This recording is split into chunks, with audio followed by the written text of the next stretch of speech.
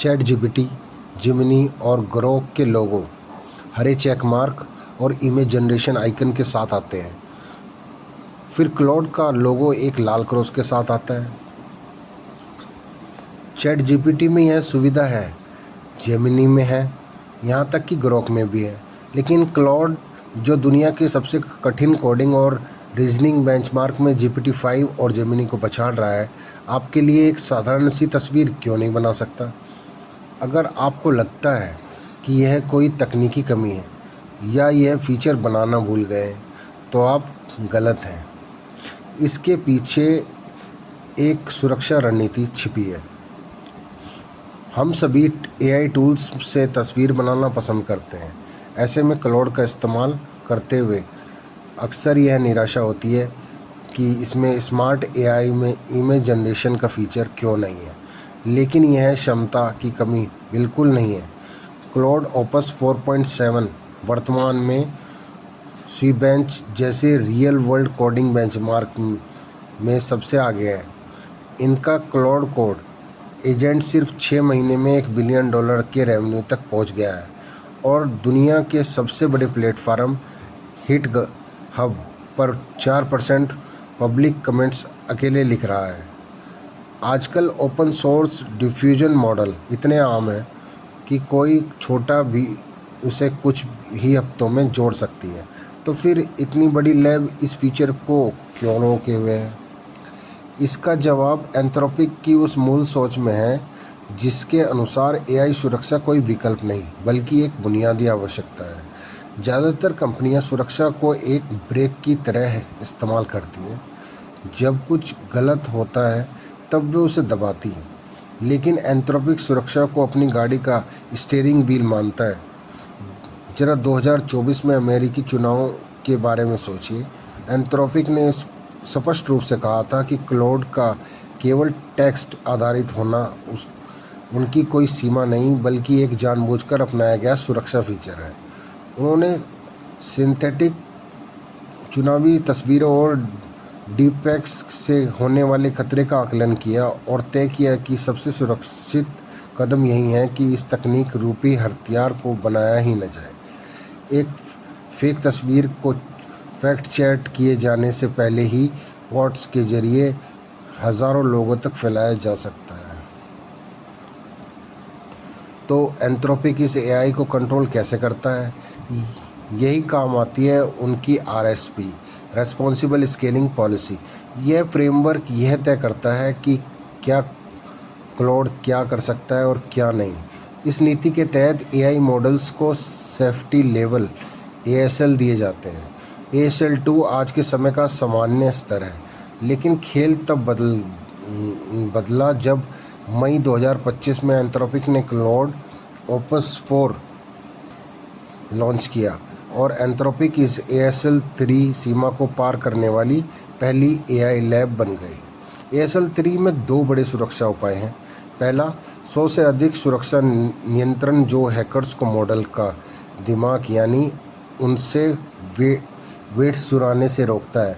दूसरा, यह क्लाउड को रासायनिक, जैविक, रेडियोलॉजी या परमाणु हथियार बनाने में मदद करने से पूरी तरह रोकता है। लेकिन यह आपके सामान्य सवालों को ब्लॉक नहीं करता। यह एक सर्जिकल स्केपल की तरह काम करता है जो सिर्फ डिस्ट्रक्टिव चीज़ों पर सटीक रोक लगाता है।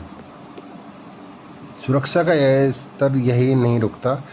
एंथ्रोपिक अब ASL4 की परिभाषित कर रहा है, जो राष्ट्रीय सुरक्षा जोखिम और साइबर हमलों को रोकने के लिए है।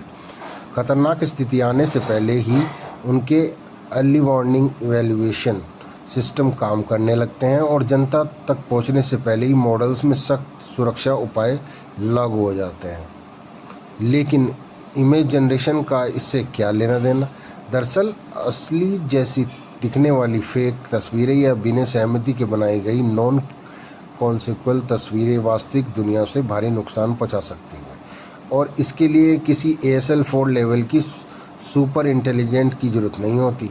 एंथ्रोपिक का हर फैसला इस सवाल पर टिका होता है कि क्या हमने वास्तव में यह साबित कर दिया कि यह सुरक्षित है, और इमेज जनरेशन अभी तक उनके सुरक्षा मानकों को पूरा नहीं कर पाया। इसलिए एंथ्रोपिक अपना समय ईडेल या मिडजर्नी से मुकाबला करने में बर्बाद नहीं कर रहा, बल्कि वे क्लाउड को दुनिया का सबसे बेहतरीन रीजनिंग और कोडिंग इंजन बनाने का अपना पूरा ध्यान केंद्रित कर रहे हैं। शायद आपको लग रहा होगा कि एंथ्रोपिक कुछ ज़्यादा ही डर रहा है, लेकिन ये अब जो मैं आपको बताने जा रहा हूँ वह साबित करेगा कि एआई सुरक्षा एक बहुत बड़ी लड़ाई बन चुकी है। हालांकि एंथ्रोपिक ने अपना एक विशेष सुरक्षा वाला मॉडल क्लाउड फैब रिलीज़ किया था। इसमें अंतरिक्ष गार्डियंस लगाए गए थे ताकि इसका साइबर सुरक्षा के लिए उपयोग किसी हैकिंग टूल में न बदल जाए।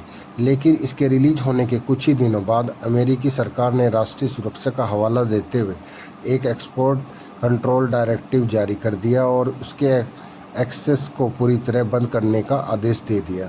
सरकार ने इसके पीछे एक संभावित जेल ब्रेक का हवाला दिया। हालांकि एंथ्रोपिक ने सार्वजनिक रूप से इसका विरोध किया और कहा कि उस जेल ब्रेक ने केवल कुछ मामूली बग्स ही खोजे थे, लेकिन सरकार ने एक नहीं सुनी। अंततः एंथ्रोपिक को मजबूरन दुनिया भर में सभी यूजर्स के लिए अपने मॉडल्स बंद करने पड़े। ज़रा सोचिए, एक कंपनी अपने सुरक्षित मॉडल बनाती है, फिर भी उसे बंद कर दिया जाता है। यह साबित करता है कि एआई सुरक्षा को एक बार टिक करने वाला बॉक्स नहीं है, यह रोज लड़ी जाने वाली एक निरंतर लड़ाई है।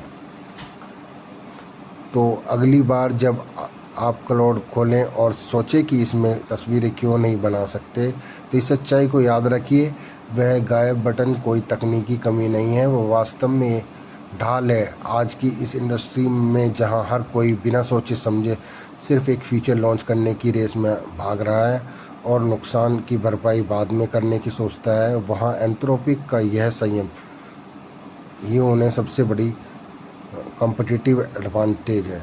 वे कोई भी क्षमता सिर्फ इसलिए लॉन्च नहीं करते क्योंकि वे ऐसा कर सकते हैं। क्लाउड इसलिए टैक्स आधारित नहीं है क्योंकि वह कमज़ोर है, बल्कि इसलिए क्योंकि वह तकनीकी को सुरक्षित रखना चाहते हैं। संक्षेप में कहें तो क्लाउड में इमेज जनरेशन का न होना कोई कमजोरी नहीं, यह उनकी आरएसपी और सुरक्षा के प्रति एक सोची समझी रणनीति का हिस्सा है।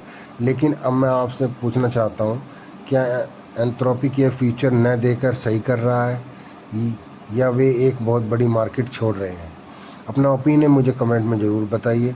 अगर आपको एआई की यह गहरी सच्चाई और ऐसे इंसाइट्स पसंद आ रहे हैं तो चैनल को अभी सब्सक्राइब करें। अगली वीडियो में मैं एक और बड़ा सीक्रेट शेयर करूंगा।